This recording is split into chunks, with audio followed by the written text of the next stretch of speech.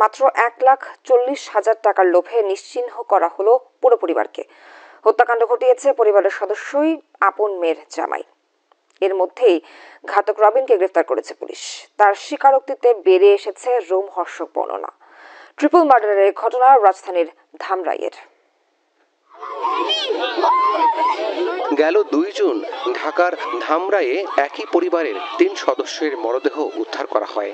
জানা যায়, শ্বাসরোধ করে হত্যা করা হয়েছে মা ও 2 ছেলেকে। এই ঘটনায় চাঞ্চল্য ছড়ায় এলাকায়। তদন্তে পুলিশের পাশাপাশি মাঠে নামে police bureau of investigation PBI. হত্যাকাণ্ডের দায়ে 4 জুন নিহত নারী নার্গিস বেগমের মেয়ের জামাই রবিনকে গ্রেফতার করে সংস্থাটি।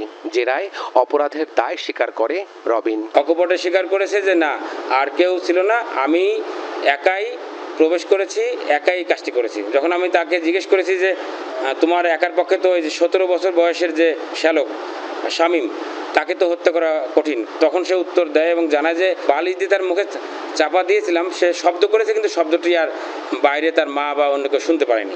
পিবিআই বলছে, পারিবারিক কলহ এবং একটি ডেকোরেটর দোকান বিক্রির 1,40,000 টাকার প্রলোভনে শাশুড়ি ও 2 শ্যালককে হত্যা করে রবিন।